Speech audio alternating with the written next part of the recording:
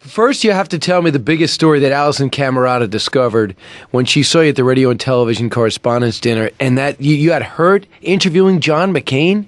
Yes, that's true, but isn't it interesting that I did not, as opposed to you, because you, Brian, would have made a spectacle of it, and you would have worn your sling on your sleeve, and everybody in America and put some blood on it, like Kurt Schilling? I got to tell you, when I saw Chris with the sling the other night, he was modest and reluctant to talk about it, and he kept changing the topic. But what did happen? 2 weeks ago today, I went down to Memphis to interview John McCain. It was a very wet day. I had on, my shoes got wet, the floor in the building was wet.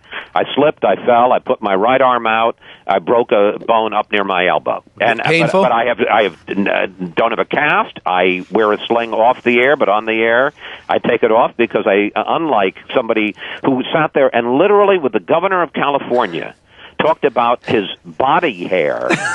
And the size of his buttocks. A more repulsive conversation. I don't think it's ever been my misfortune to hear. I don't like to call attention to myself. We have different philosophies. I'm all about me. Hey, Chris, you've been mentioned in one of the trade magazines as a possible replacement for Katie Couric. That's true. What's going on with that? Nothing. I was mentioned. I don't take it seriously. I don't want to leave Fox unless you know something. Maybe Ducey's trying to get back at me. But no, I have no interest. Hey, Chris, I want you to take side. And I don't think CBS really does either. And do you think she is out, though?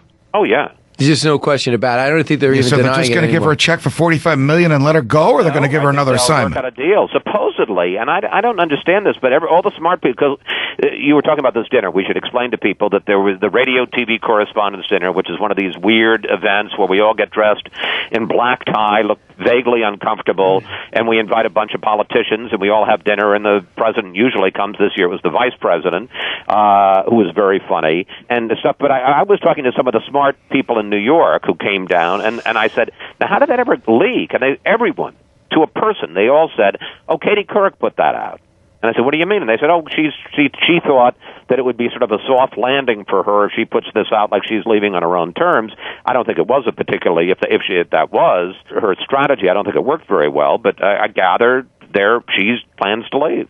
Wow. I mean, $6.7 million. She lost 10% in the year, and now I don't think that you could hire someone for $75 million as an executive and not pay the price yourself. Am I right? I don't know. Les Moonves is the head of CBS. He's had a pretty successful run there. He, I think, made over $200 million, so I guess she was just getting chump change. Unbelievable. Let me incidentally say, you know when I said I wouldn't leave Fox? The $75 million figure you just mentioned. That might be a figure. Chris, but I don't want you to leave Fox either, but you would thrive in that format. And no, I wouldn't. You don't think so? I like what I'm doing, but $75 million would get your attention, wouldn't it? Not really. If it meant leaving the judge, I don't see why. Would you leave the judge for $75 million? $82 million?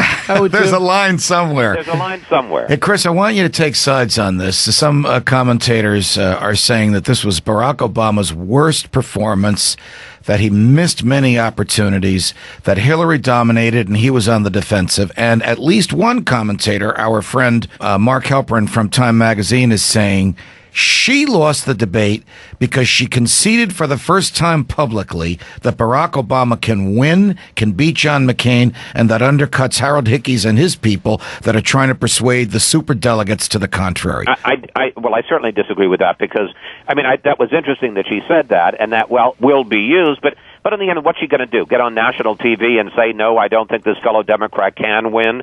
I don't think anybody takes that very seriously. On the question of his going soft and not, and she was on the attack the whole time, and he decided he was not going to do the attack.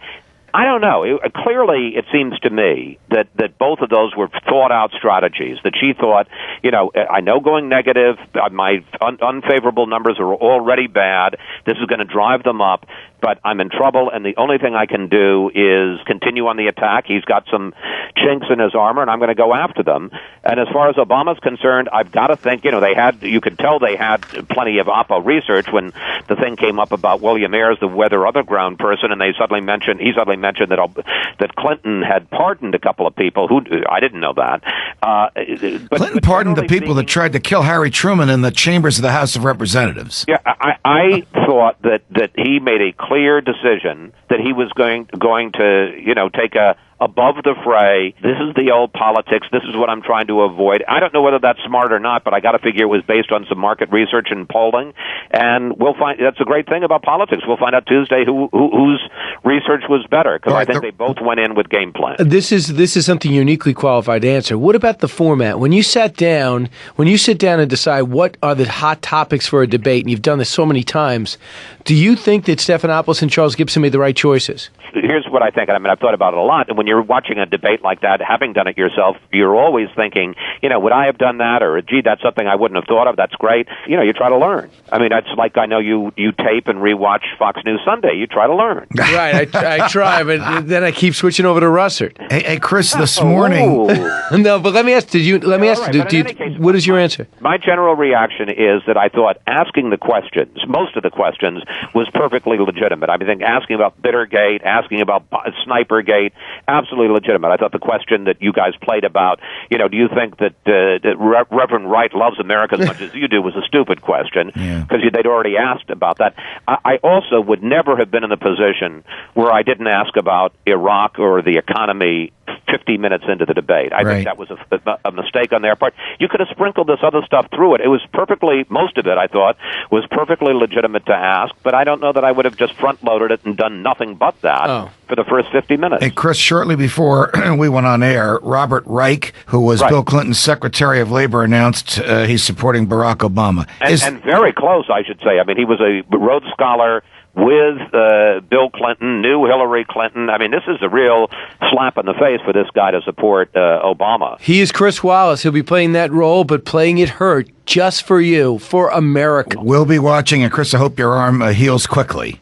Thank you so much. And let me just say to you, Brian, because when you were comparing your upper body to Arnold Schwarzenegger in your interview with him today. We did talk substance, too. No, you mostly talked about how...